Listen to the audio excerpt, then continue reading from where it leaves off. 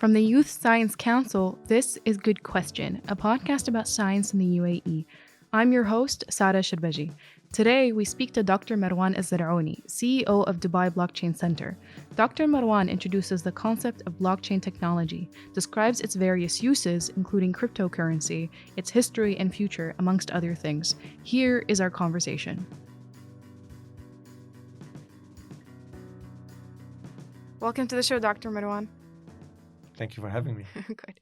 Right. So we're just having a conversation right now before starting the podcast, and we're just introducing ourselves to Dr. Marwan.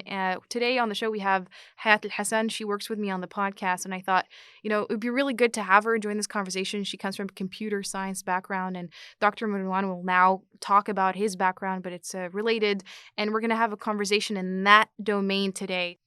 Great. So I did my bachelor in aviation and computer science, master's in information security, and then a doctorate in IT.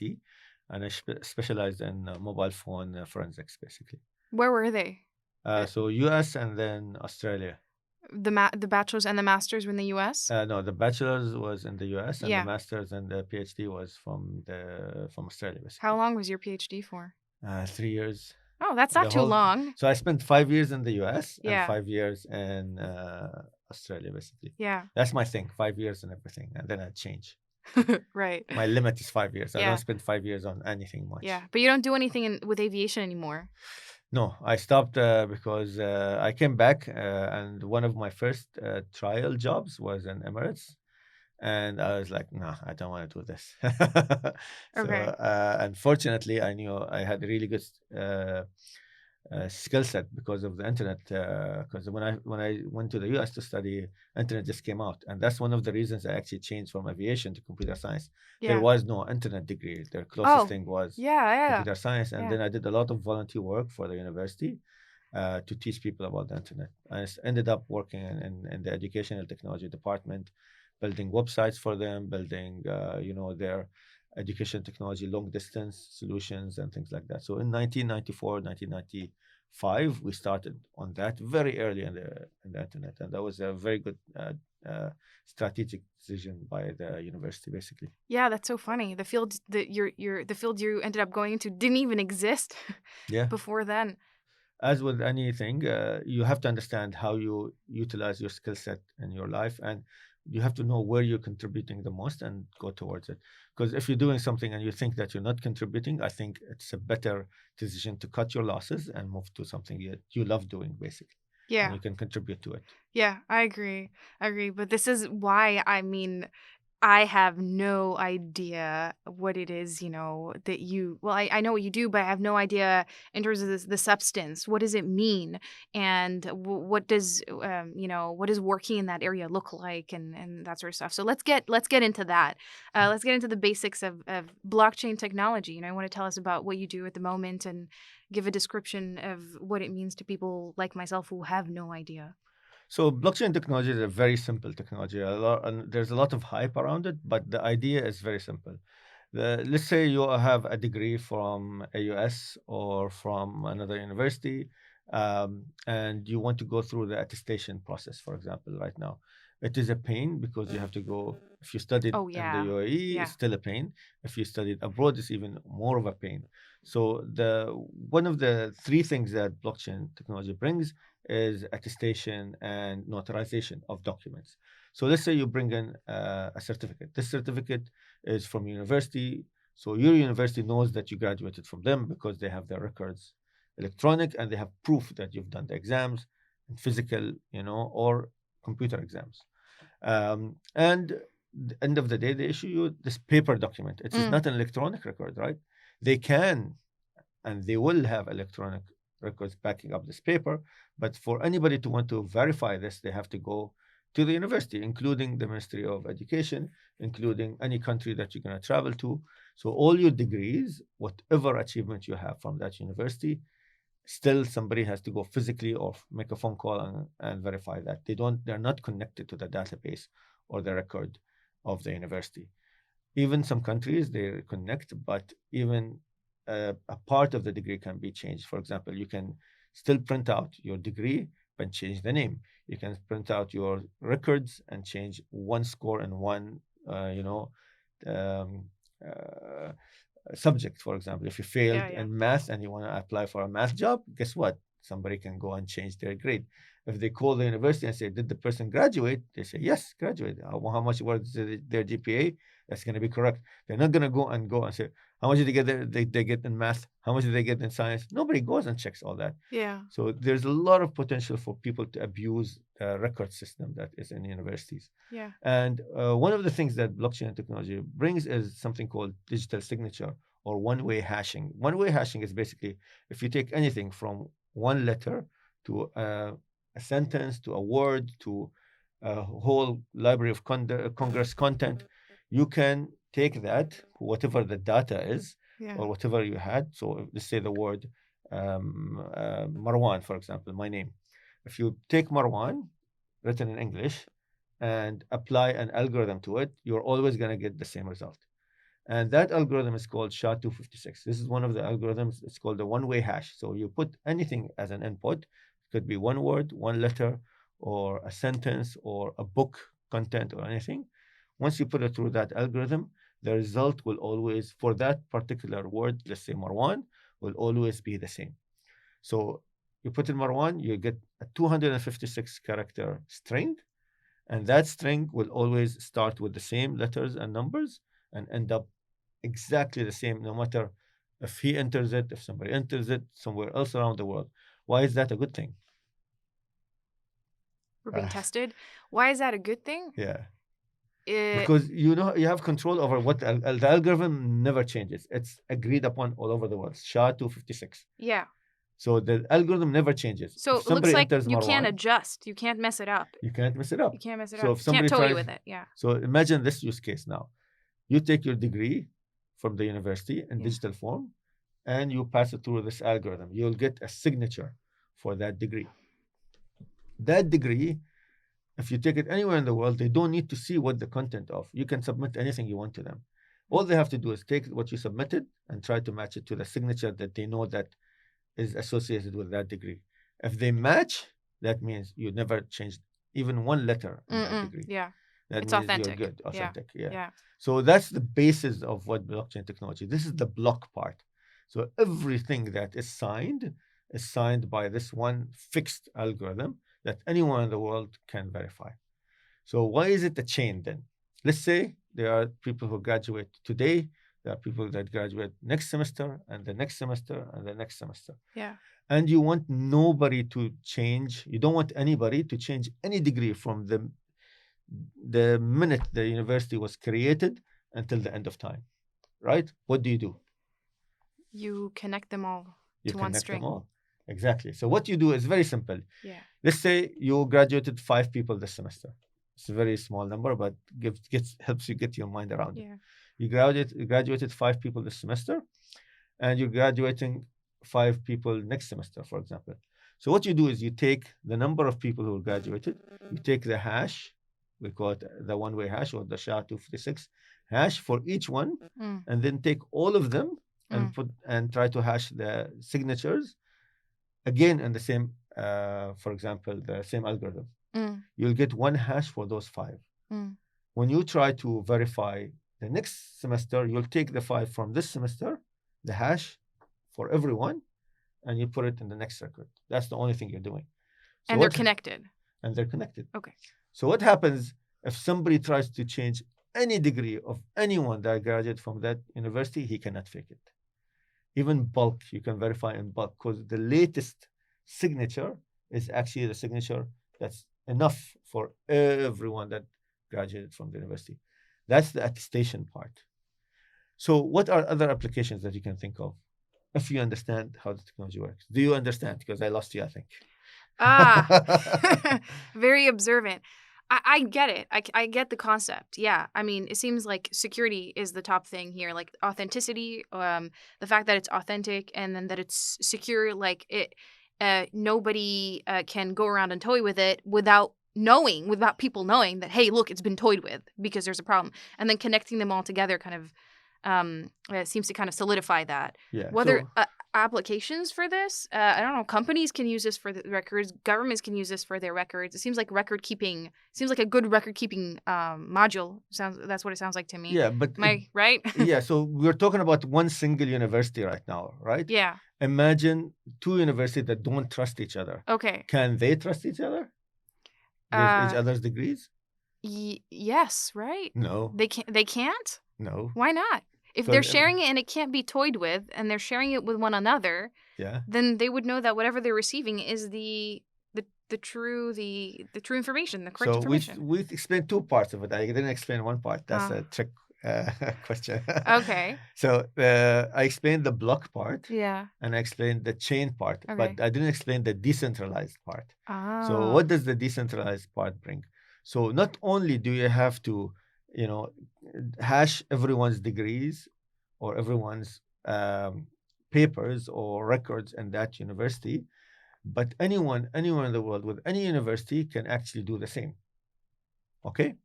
The Yeah. beauty of decentralization is you can actually, if you graduated from a US and you want to go to another university, Mm. if they are all on the same platform Yeah. and they are all keeping records of everyone that graduated Yeah. and they all of them have the same hashes, They can access it. they can access and they can notarize each other's and they don't need to go to a third party to notarize each other's degrees. Yeah. What that means is, let's say now you graduated from, let's say, a US, and you wanted to go do a master's, for example, in another university in Canada, for example. Mm. Can you do that right now? You can, but it goes through Yeah, a a lot of process, paperwork. yeah. But if they were all, imagine this, they are all on the same blockchain, Yeah. and each one of them had a record of everyone else, and Yeah. those records were transparent. Yeah. So everyone can go and check anyone's degrees anywhere in the world just using their hash. So you don't need to go through a third party in Yes. order to authenticate the process, Yes. right? Yes. So that's what it does. It creates that permeability between the two Yes, exactly. different agents. So let's go back now a little bit in history and explain where did this come from. Okay, so blockchain technology as a technology is something that was created by a token or a system called Bitcoin. So the paper for Bitcoin, the guy was proposing a monetary exchange system that didn't rely on third parties. What does that mean? That means if person A wants to send money to person B, they don't want to rely on a bank or a Western Union or any other money transfer kind of business. Yeah. And they wanted to do it in a way that nobody can cheat or double spend their money. Because Mm. imagine if you think of money as a digital, record. Let's say I have 5 dirhams. I don't know why I like the number five, but let's stick with it. All right. So instead of five graduates, you have 5 dirhams. Yeah. And I wanted to give it to you without using a bank. Can you think of any way? You can come and give it to me. Physically, yes. Yeah. Then will I still have the 5 dirhams? No, it's gone. It's gone to you, right? Yeah. How do you do that digitally? Keep record in a bank, for example, right? But what if I don't trust the bank? Remember the one-way hash? Yeah. You can have a record that everyone has a copy of. Yeah. We can have a record that no one can issue money to the other person unless they have some kind of a key or password. Yeah. Let's say I have a wallet that I have 5 dirhams in, and I wanted to send that money to you. Yeah. If I have the password for that wallet app, sure. Okay. I can send the money to you. If I don't have the password to that wallet app, I cannot send money to you. Yeah. Okay. But there is no one person keeping the record. Imagine with the universities, if you have a lot of people that keep that record, you can actually never manipulate that, because remember, we're not hashing only each transaction. Yeah, sure. We're hashing the blocks, Yeah. the bunches of transactions together, like the 5 degrees that we had that semester. Yeah. So the Bitcoin was working in a way where you will have a block every 10 minutes. And that block, they opened a competition all over the world. This is called the process of mining. So what happens is when you try to send money from one person to another, the money is created through a system called a Coinbase. A Coinbase is basically you trying to create a competition. Remember when I mentioned something called a hash? So a hash basically is where you have an input, a known input. Let's say sending 5 dirhams from me to you. I have my wallet address, you have your wallet address, and basically I have the password to send the money to you. That goes in that record, that page, or that, let's say, a transcript. That transcript right now generates a hash. That hash could be anything depending on the equation, the Yeah. Okay. SHA-256 Yeah. hash. That hash now is an open competition. Anyone can go in the world and try to find out, try to change that hash by adding anything. They can add one word, they can add a sentence, they can add whatever to change the value of that hash. And they have to come up with a hash that starts with zeros. Mm.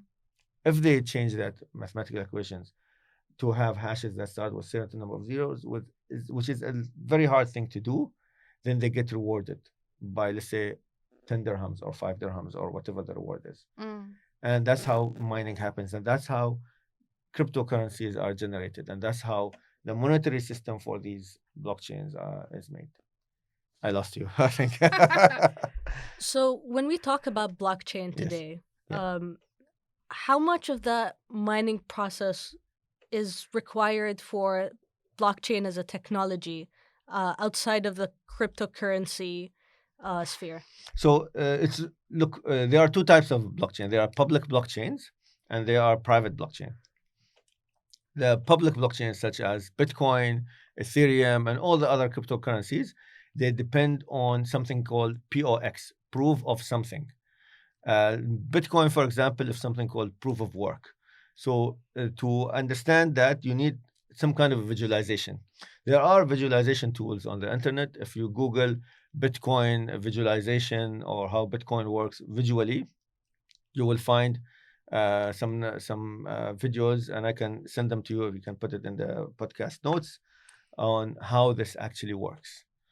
Um, and the private blockchains, which is used by Dubai government, by other settlement networks, something like R3 or something called Waves platform, these are closed blockchains, which means the ecosystem for those blockchains is in a closed circle. The stakeholders, they trust each other or have some kind of a consortium or association where they have some nodes or parties that are the only parties that attest things. Let's say we have the university use case. The university use case is not a public blockchain. There is no mining, but each university trusts the other university's degree because they can see the records as the degrees are there when people graduate. As as soon as they graduate, they cannot go back and change. Do you know why? After somebody graduates. Why? Yeah, I mean, the whole process is why. It seems like exactly. The whole process is once you put a record there, you actually get the hash, and that hash is basically a lamination. You laminated that degree, you cannot go back and change. So by that alone, they can get trust that, okay, if somebody graduated with a 3.9 and this was the hash for their degree, they cannot go in the future and claim to be somebody else. They cannot go in the future and claim to have different degree, even in one subject, because all that record is frozen. So it serves three purposes. So one purpose, like I said, is notarization. The other thing is you're not relying on a third party to move money from one person to the other. And third thing, which is the amazing thing that people like Smart Dubai and people like banks and other businesses are using is something called smart contracts. So you can have conditions in which where if the requirements are satisfied, that condition is executed. For example, if you come to work, you scan, the clock starts ticking. By the time you scan out, the clock stops, and then you can automatically get paid on your wallet without any human interaction, without any third party interaction. That's one use case, but there are hundreds of thousands.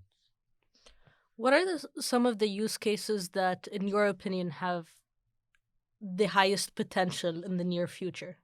So remember, one of the things that people have a lot of problem is land ownership. And in a lot of countries, I don't want to mention, and a lot of regions other than ours, there were a lot of regime changes where people used to own land, but the new regime or a catastrophe happened, or they didn't have any records, whether electronic or non-electronic, like paper, of the ownership. of anyone. And then when that disaster happened, nobody has any record of who owns what. Just like if you lose your university degree and you go back to university, they let you go through hell to get you another degree, especially if 20 years passed. If they still had that record. Imagine you graduated 50 years ago, try to go back to that university and get the degree, see how hard it is. Same thing with land ownership.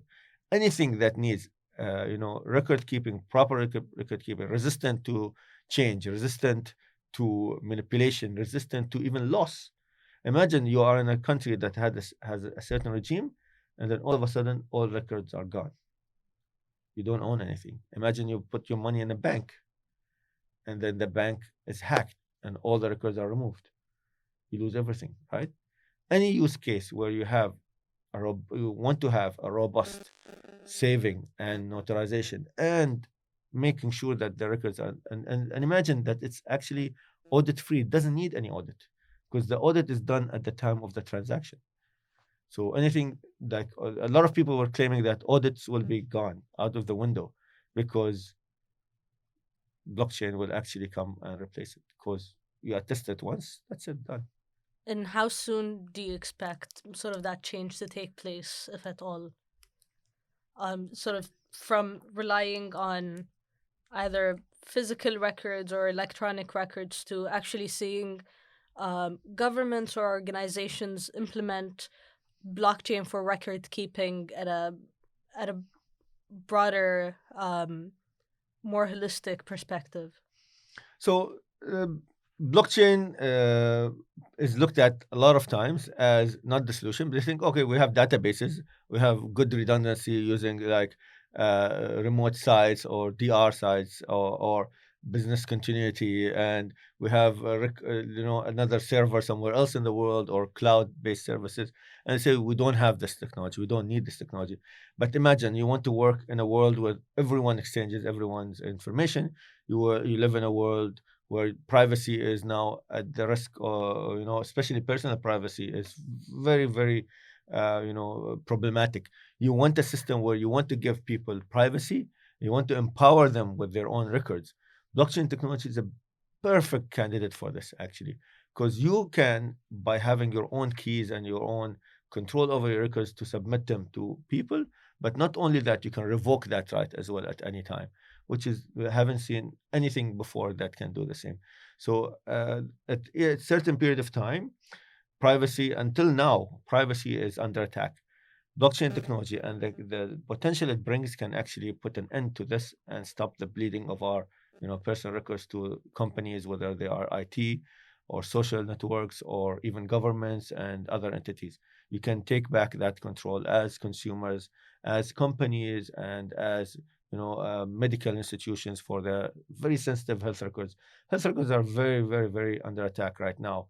A health record in the black market, for example, goes for around anywhere between $6 and $10,000, as opposed to a credit card record that goes for maybe 30 cents to $1 Why on the why are black health market. records under attack? Why? Yeah, why? Uh, because there's a lot of money in it. Okay. So the one of the highest growing industries of any sector is healthcare. And healthcare, there's a lot of parts, like insurance. There is finding solutions for diseases like cancer, finding solutions for aging, and that kind of stuff. Imagine I am a researcher and I want to do research on, for example, a certain type of cancer.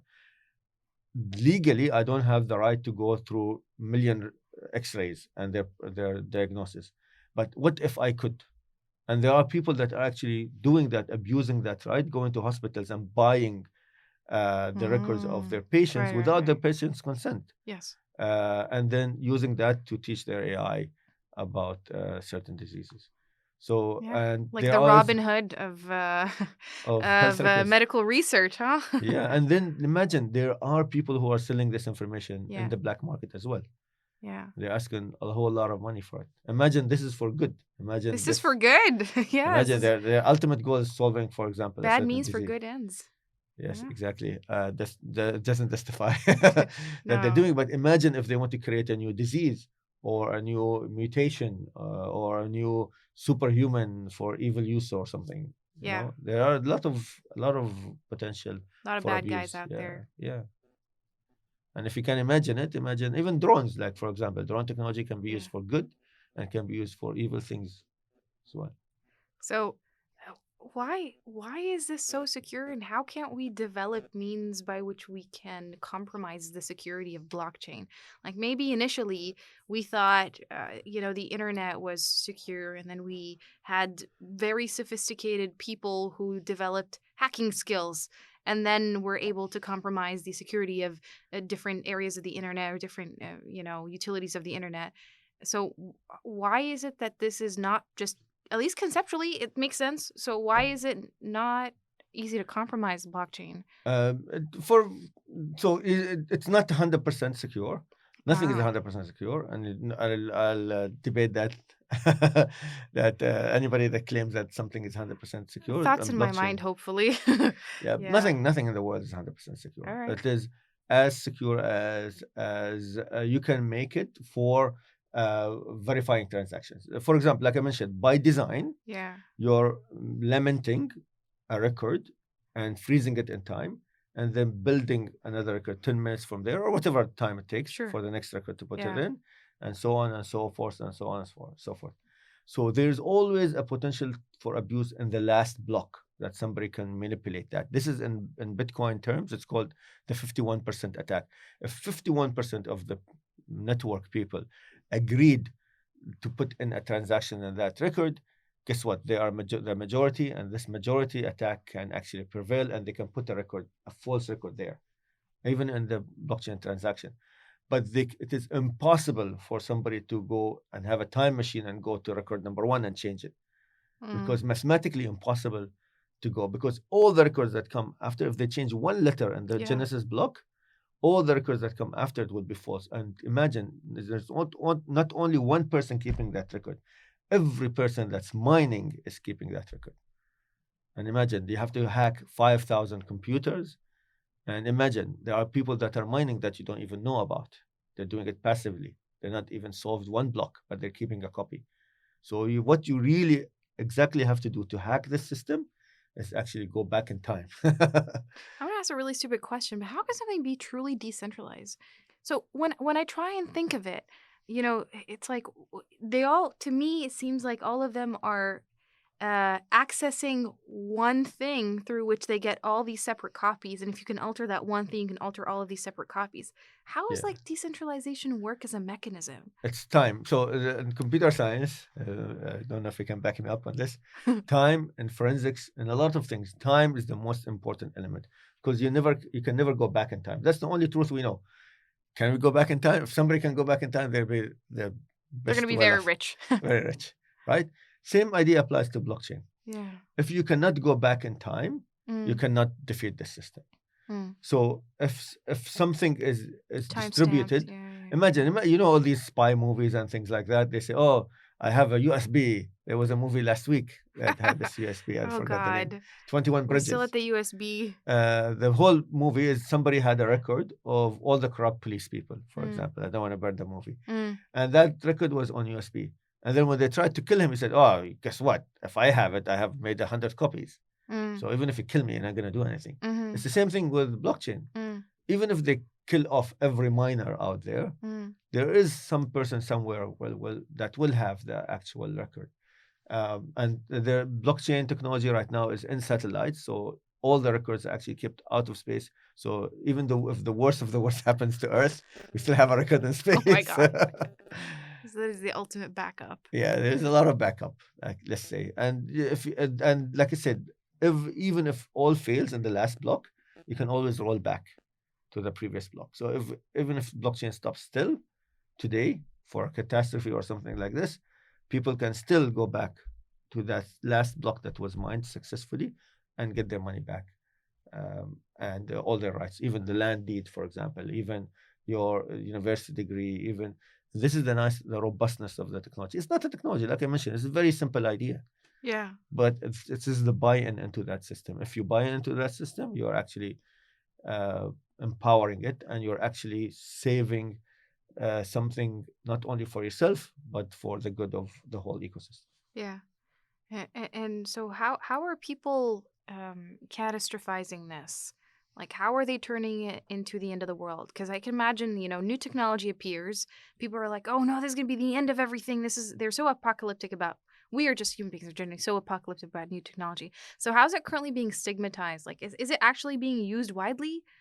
Um, and how widely is it being used? And what are some of the things that people are trying to sort of the fear mongering? How is that going on? So the nice thing about blockchain technology is that it is a public record. So every transaction that happens on the Bitcoin blockchain is actually public. So if I send you money from you to you, nobody will know that I send money from me to you, but they will know this wallet X send money to this wallet Y, Ah. exact amount, up to the six zeros after, or even eight, I think, after the dot. Mm, So eight fractions mm, degrees. uh, so it is completely decentralized, completely fractionable. I just made up that word. And it's completely open. Anyone can join in, mine, or spend. They can buy in Bitcoin from somebody that they will give cash to and get it. Can do some work and get paid in Bitcoin. They can. It's open participation. It's open everything. What people are doing to try to shut it down is saying that it's actually untraceable, which is actually an oxymoron because everything is there on the internet. They say, oh, because we don't know who is the source and who is the destination. You will know once they try to spend the money. If they want to buy something in the real world, they have to pay somebody. And this is where we call the friction in the real world. When they use it to pay for something, you will know who they are. And if that person or that business is a corrupt business, this happens with cash as well. Cash is also, traceable because it has a serial number. But is it as traceable and there's a record every time I pay somebody? Is there a record of me paying you? No, I can pay you now behind closed doors. Nobody will know. And blockchain, even if you do a transaction behind closed doors, everyone in the world will know. So let me ask you this question. Earlier, you talked about, you mentioned that everyone on the sort of blockchain platform has a record of the hash, Yeah, but does not necessarily have a view into the transactions that are made. yeah. So, can you elaborate on the distinction between these two things?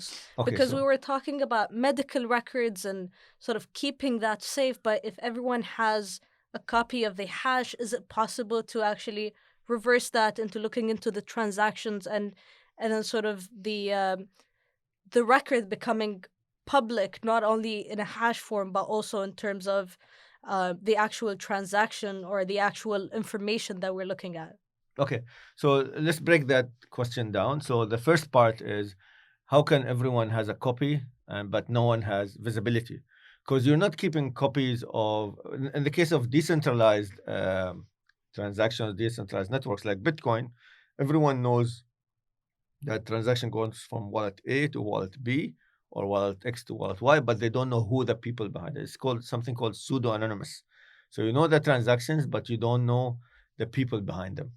Okay, but once the person B or person Y wants to spend the money, they have to go to a retailer to spend the money.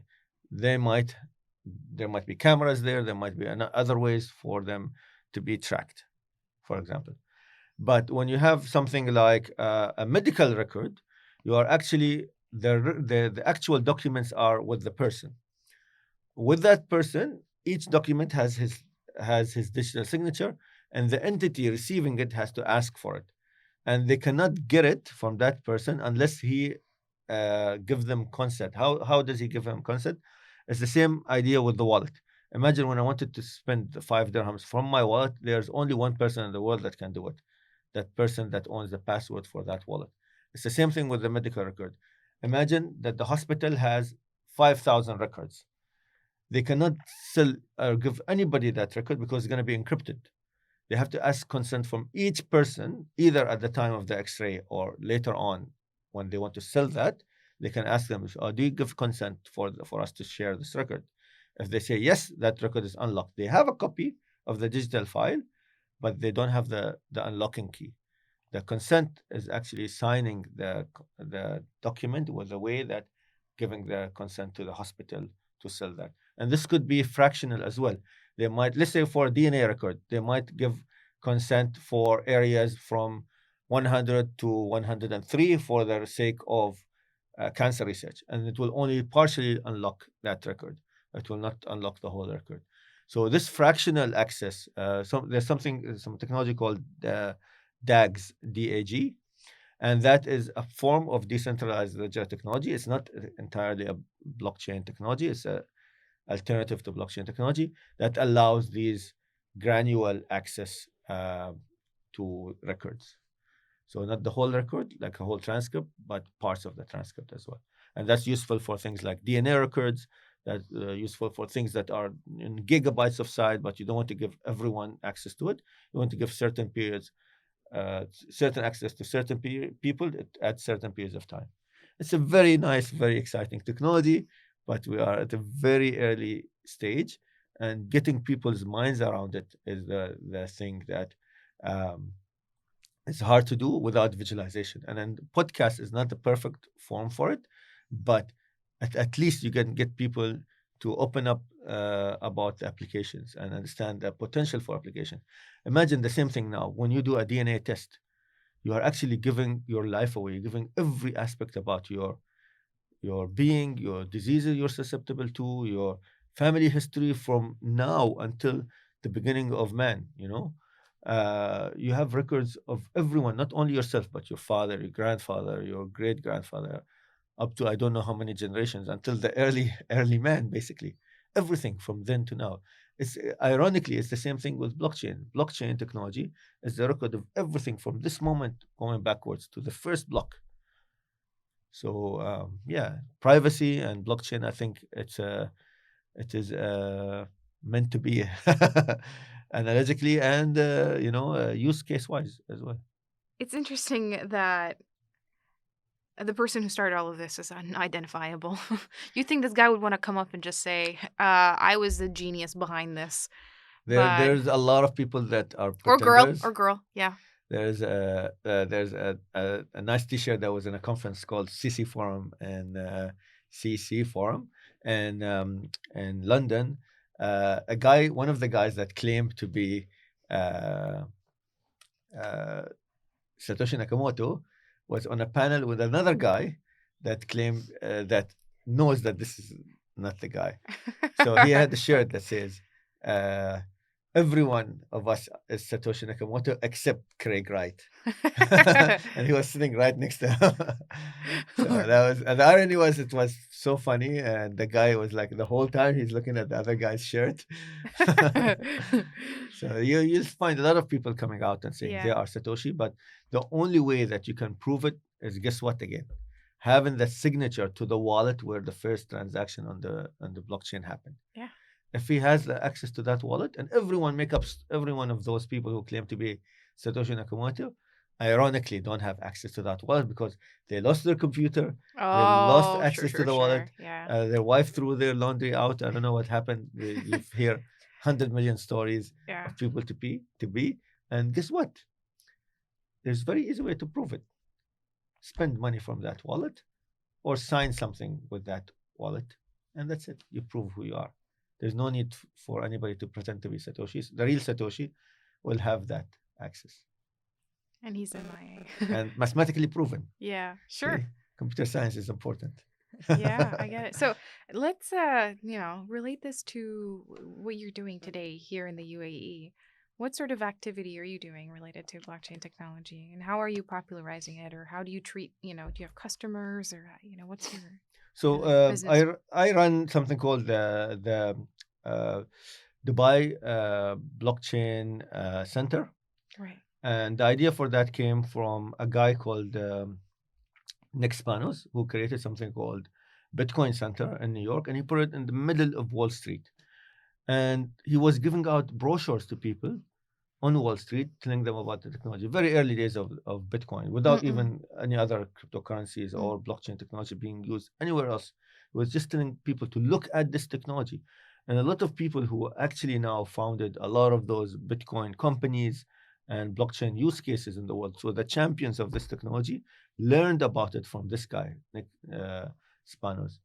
There was another guy also in Australia, and this was more recently when I was teaching my classes. I was teaching my classes to law enforcement. I started with that, and then Dubai Entrepreneurship Academy to anyone, and it was completely free. And you can attend the classes and learn about the technology. You just have to register through an online form, and that's it. And we are spreading the word. We didn't have a website, nothing. We were just doing it on WhatsApp groups. And whenever anybody finished the class, they would come and join the group on WhatsApp and learn more. They can ask us, of course, like you guys. You will always have, even if you get exposed to the technology, you will always have questions to come back. How do I utilize it? How do I use it in my company? How do I use it in my school? I'm a university. I want to have a degree on the blockchain. I want all my degrees attested. I'm a guy that works in a government department that needs to attest certificates for no obligation, no objection letters and things like that. How can we do this? How can I run this on the ground in my company or government position? And we help them out. So we help government departments, we help individuals learn about it. And when I learned that there was something called the Blockchain Center in Melbourne, and there were another 12 or 13 around the world, I said, I want to start one of these. And we actually went to DFF, the Future Foundation, and told them, look, this is the concept. This is the guy from Australia. There was another guy from America doing this. Can we do this in Dubai? And they were all welcoming and saying, oh, definitely, let's do this. And we started doing this very small, like 6-seater setup in the area 2071. And Sheikh Mohammed launched that area in May 2018. And then we started having regular classes about the technology. We had every month or so, we have 4 use cases that we showcase. And we bring those people that build that use case within the government department to showcase not only the benefits, but also the obstacles they had to overtake, the problems they are facing right now or they faced when they're creating this. We also published a document with Smart Dubai and a company called EduChain, which is now are my partners actually, and one of the consulting companies around blockchain. We published insights into blockchain and the use cases that are there. So we identified for each one of those sectors like agriculture, finance, healthcare, is blockchain applicable? And is it applicable to the notarization part or the transfer of value, like cryptocurrencies, or something like smart contracts? And we give green, yellow, or red for each one of them. Is it applicable? Then it's green. It's medium applicability, and yellow, red is like not applicable. And it was very visual. A lot of feedback we got it from that. And we're now doing a lot of work for a worldwide organization to showcase the use cases here in Dubai, and also to go into China to explore the use cases there, and them bringing their use cases here. Japan is the same thing. I just came back from South Korea as well. South Korea is one of those countries that had a mixed journey with blockchain. They were very open in the beginning.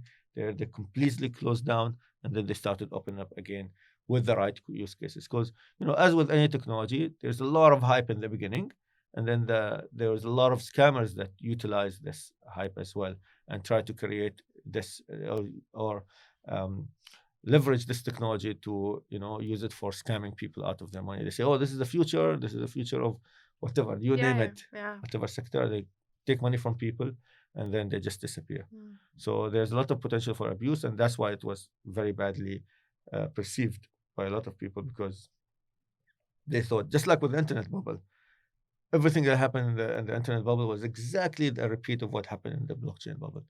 People started investing money on things that they thought that will happen very quickly, and they didn't happen, and then they were gone. Doesn't mean the internet is bad technology. Doesn't mean that blockchain is bad technology. It's just it was at that time in its infancy, basically. So let's take a step back and, at the beginning, you told us a bit about your background and sort of what got you to, leading the center today. Um, we talk a lot about certain technologies in today's world. I think blockchain and AI are at the forefront of that. But of course, with these technologies, there is a lot of sort of foundation to be built to get us to where we are today. And, Mm. we can see that with your story of how you started with computer science and computer security and IT going into blockchain. So, what is your advice for people who are interested in technology and how they could go about exploring different technologies, whether it's blockchain, AI, or something a bit more fundamental when you're talking about computer science or software engineering, for instance? I would say it's always you have to really understand what you like and what you think you can contribute to the most without exploring, without actually getting your hand dirty. And I don't advise people to just read books or try a program or try to do something very superficial. Get your hands dirty, uh, get involved. If, for example, for blockchain technology, download an app, download a node to run on the blockchain, try to do mining, even if with a small computer, at least download the mining software, which is free and open source, and see how complicated this thing is, how it runs. Look at the code if you're a computer scientist. If you are on the finance side, download a wallet, see how the wallet transaction happens, how fast is that transaction, can you send money across very easily, very cheaply, how much it costs. Look at the financial side, look at everything from your angle and see how applicable it is to you. If you are a medical professional and you have problems with privacy, look at the privacy benefits of blockchain. Like I said, in that insight report, we look at every one of those sectors and how applicable blockchain is, and that will give you a quick and save you a lot of time and analyzing if this is good for you or not. And then if you see that it is good, then try to see how you start a project, and we have that in the guide as well. How you start projects, how do you build up the ecosystem, and how you take it further and expand it. So pre-implementation, during implementation, and post-implementation, all the lessons learned from us from hundreds of government departments over here in Dubai and overseas as well. I have another question, and maybe we can end on this note since we've been going on for a while. So thanks a lot for that. It was really informative. All the knowledge that I possess from about blockchain comes from you. um, so for this, I'm wondering about this concept of decentralization. You mentioned different uses for blockchains, but going back to currencies, in the real world, I guess I don't know if that's meaningful in the term anymore, but we have a monopoly on currency, right? There's one currency, and we utilize this currency. The notion of multiple currencies toys with that. It makes things a lot more complicated. Do you have any opinions about this or any ideas about having this notion of multiple currencies that are decentralized? I know a lot of people who are much smarter than me that came up with concepts like the universal wallets and things like that. Or the nice thing about cryptocurrency is anyone can create any currency they want. This basically the genie is out of the bottle, like they say. You cannot go back to fiat currency, or fiat currency is the normal, monetary currencies like the US Yeah, dollars yeah. and the likes. Um, because you created this what we call an alternative monetary system, it is very hard for people within that system to go back to normal currency. Because imagine you have no internet, you have a computer at home that's not plugged to the internet, and then you have another computer that's connected to the internet with the latest patches, latest software, latest everything. Which one you are most likely to use? Mm. The one that's connected, Yeah, yeah, right? of course. Same thing. People that I know that are in the cryptocurrency space, they never use cash. I don't use cash. It was really hard for me to carry my wallet again with me. I had one app, which was the Live app from MSMBD, and my digital wallets. I used to literally used to carry this, and this doesn't. It has my wallet. My phone basically has space for credit cards, but I used to carry no credit cards, and I used to go only with my phone. And my wife used to say, "What if somebody doesn't accept credit cards?" I said, "Do you know anybody in Dubai that doesn't accept credit cards? I'll just Yeah, go to the next store." yeah, And this is the thing. If you go into that ecosystem, yeah, it is very, very, very hard for you to go back. There are places in like Sweden, they don't use cash at all. You are really hard pressed to find any store or any person, even school kids don't carry cash. yeah. Cash is going to be dead before we know it. Credit cards are going to be dead before we know it. Yes, there are going to be digital forms of credit cards that are going to survive this, Parkings are going to be dead before we know it. Yeah. You know what's going to be the future? There's something going to be called agents, virtual agents. Okay. It's not mine. It's borrowed from a friend of mine. I'm not going to mention names. No free plugs here. So a friend of mine who is one of the leaders in the blockchain ecospace came up, and this is and it's one of the books actually about blockchain revolution and blockchain technology.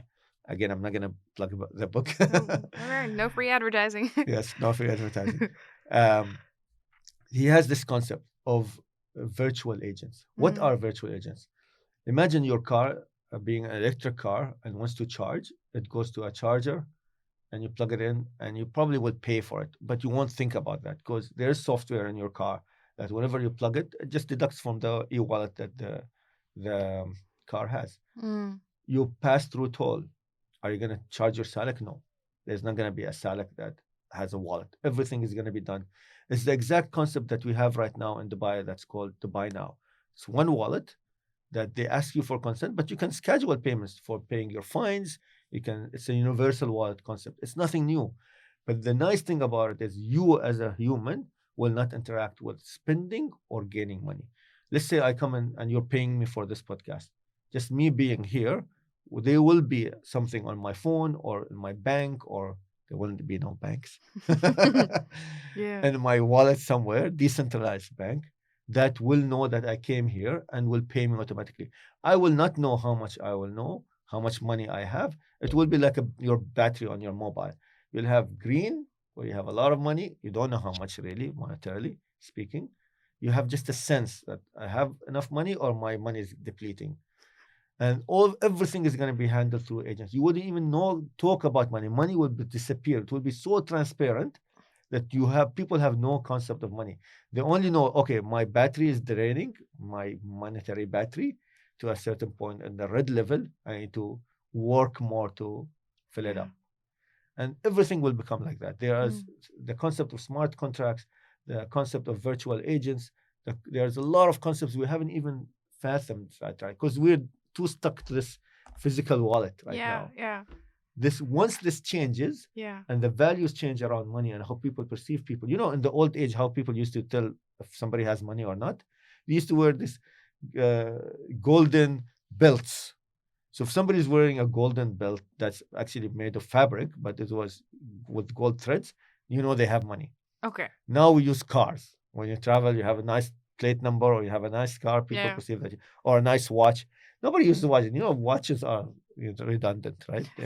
You have a watch on your mobile phone. Yeah. Nobody needs But watches. you're signaling to other people that Yes, you're you're rich. signaling.